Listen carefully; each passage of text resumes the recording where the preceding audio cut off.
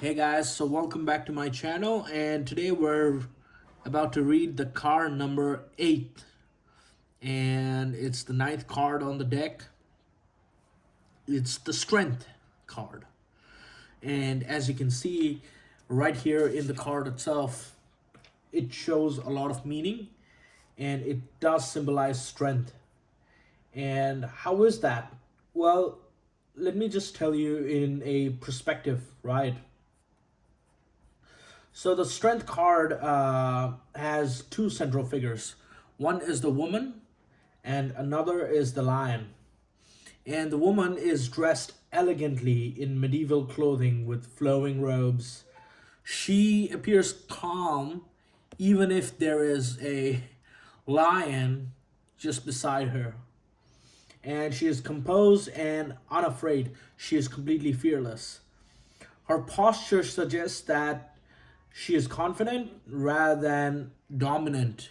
Like she's not imposing her will on the lion.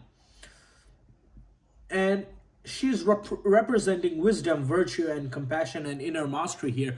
Why? Is because you see, the lion symbolizes primal instincts, passion, courage, desire, anger, and raw power. And lion often is represented as a sign of nobility and untamed earthly forces, you see. So that's why they used a lot of lion symbolism in across cultures. Like even when you go all the way to Singapore, which is called the Lion City and has lions all over the place, even though lions were never native and never inhabited the place um, natively, but the fact of the matter is they still have lion symbolism, means that the lion is noble and there's nobility surrounding it. But the fact of the matter is lion is wild. You see, lion is not a domesticating, an animal that can be domesticated, unless you're a Dean Schneider, that guy who, the Dutch guy who, tames lion and is friends of lion and so forth. Uh, as you can see, it's more about patience, self control, compassion, moral courage, and gentle influence. These five virtues really talk a lot about the strength card. It is us having control over our wildest of emotions. And as you can see, she is in a, like both of them are in a grassland, in foresty area, and she truly has control over herself. And it means that someone who has control over their instinct, their pride, their anger, and untamed aspects of human nature. So that is really, important to us in this segment. So here in the Celestial Tarot deck, we can see that it's the same thing, but the woman and the lion are staring eye to eye on the same level. That means that there's an inner harmony between both of them, our inner aspects and the outer aspects too. So she is really composed and is in synchrony and is in love with this untamed emotional aspect, this fierce energy within her. So they're both together in this. And as you can see, there are flowers everywhere, meaning that this is a sign of, inner harmony. And strength is not only about this outer brute strength where you want to impose your will onto people and all that. It can be inner resilience, this resilient force within yourself to be able to tame yourself and actually use this inner violent anger and passion and drive into something that is more harmonious and willing. As we live in 21st century, we are burdened with a lot of tasks, and what happens is that if you manage to cultivate your passion, this inner drive, this fierce hunger, this need for control and all that, and just synchronize it with what the strength card offers you, it it can truly be helpful because you are now a man able to manage your tasks pretty well. There can be several tasks that you need to complete, but you don't have the energy. But when you cultivate this inner power that you have, you can truly be able to, with resilience, control all the aspects of yourself that is required of you to be completed. Now, in the Book of Hours tarot deck, this is actually different. You see, I had to analyze the whole thing with regards to this picture because I couldn't really understand what it's trying to say. Because there could be hundreds of interpretation with this specific card because there is no lion and there's not one woman, there are two. So apparently, this is reliquary of the crowns of thorns, and the art is by John Bordicchon, who happens to be a medieval painter. And what this actually means is that uh, I had to dig deep for this because it's not something that's normal to, think about and try to make, like, okay, this means this means this. So this is reliquary of the of the crown of thorns. So this card reminds us that not every burden in life is a punishment. Some burdens are invitations to grow into a stronger, wiser, and more compassionate version of ourselves. The crown was once placed upon the head of the Christ as an instrument of mockery and suffering, you see. Yet over the time, what was intended as a symbol of humiliation became symbol of reverence, faith, and spiritual triumph. In your life, this card asks, what challenge are you currently facing that may one day become one of your greatest sources of wisdom and strength? Really.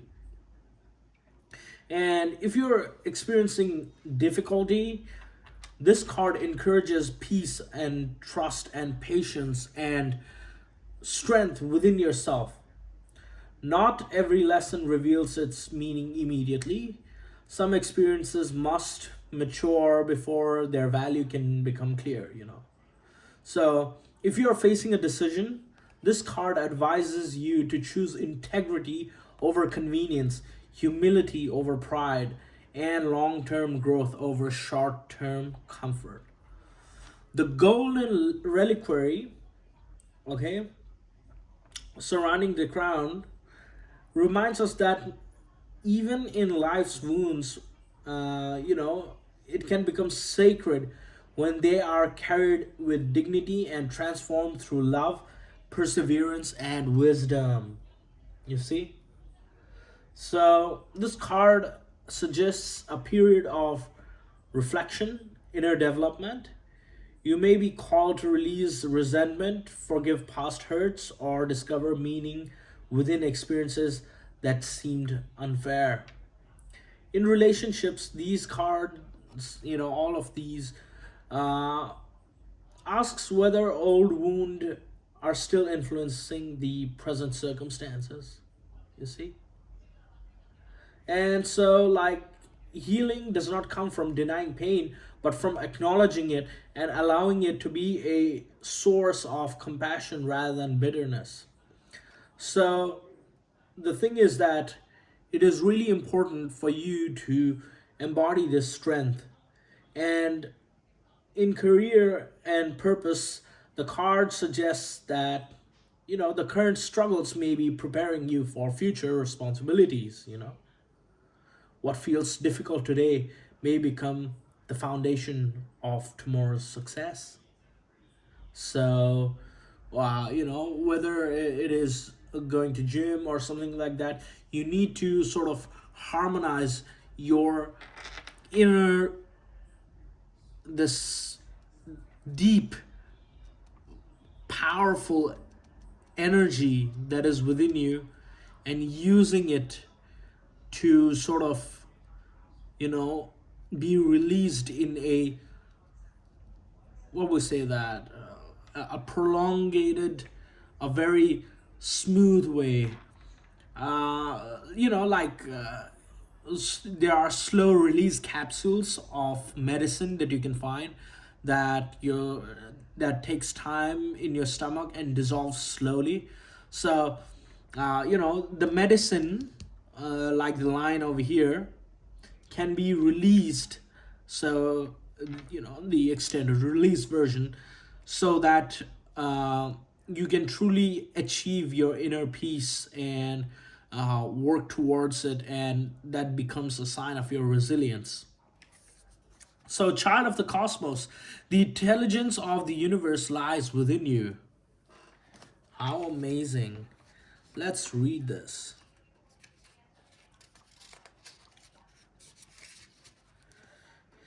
So, there's a mysterious force that governs all of life, an intelligence that tells flowers when to bloom and the tides and seasons when to come and go.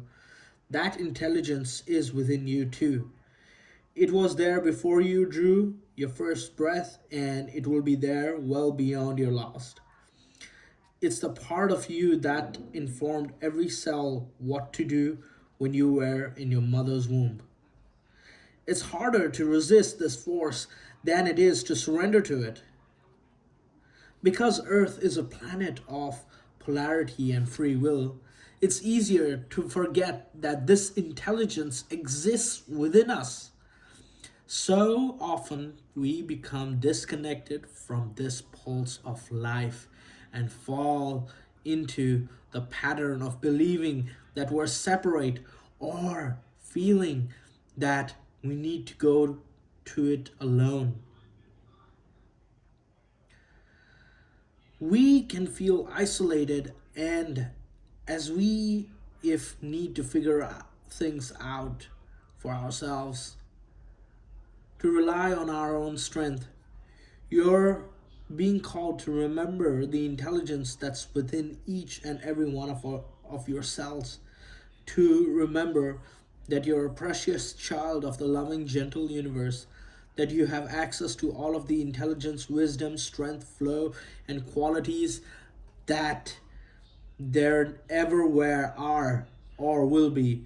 And to remember that if flowers know exactly when and how to bloom, then you do too.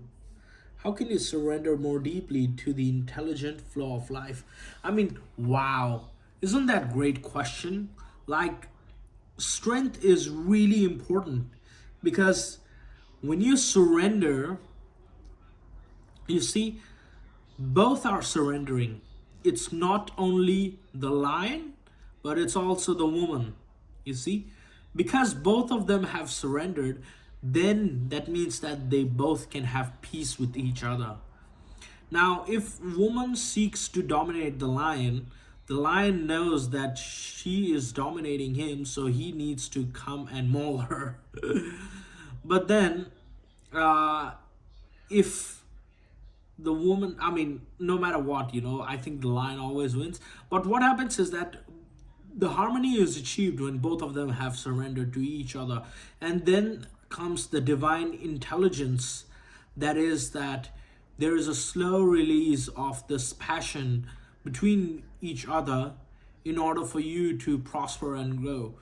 Some guys, they work, let's say 9 to 9, okay, 12 hours a day, still find a way to go to the gym and exercise, and still find a way to have a social life, still find a way to have their hobbies, still find a way to uh, do their daily tasks right, still find a way to pay their bills and all that, still find a way to manage their finances, still find a way to give to people who need help, who are close to them in their lives, and still find a way to have it all done in the waking time and the sleeping time we all have.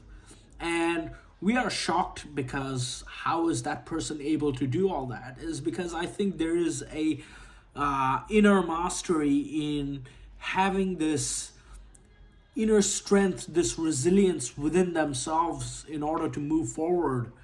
You know, there needs to be a routine, I guess. Once someone has the routine, the thing is, they know what to do at what point of time in order to make sure that their tasks are done right. So that is really important, and that truly helps overall, in operating in such a state of mind where everything goes right. So I guess that's it, like the divine intelligence is there. And when we surrender to the divine intelligence, it will guide us to the promised land. And the universe will show you the truth. So thank you so much.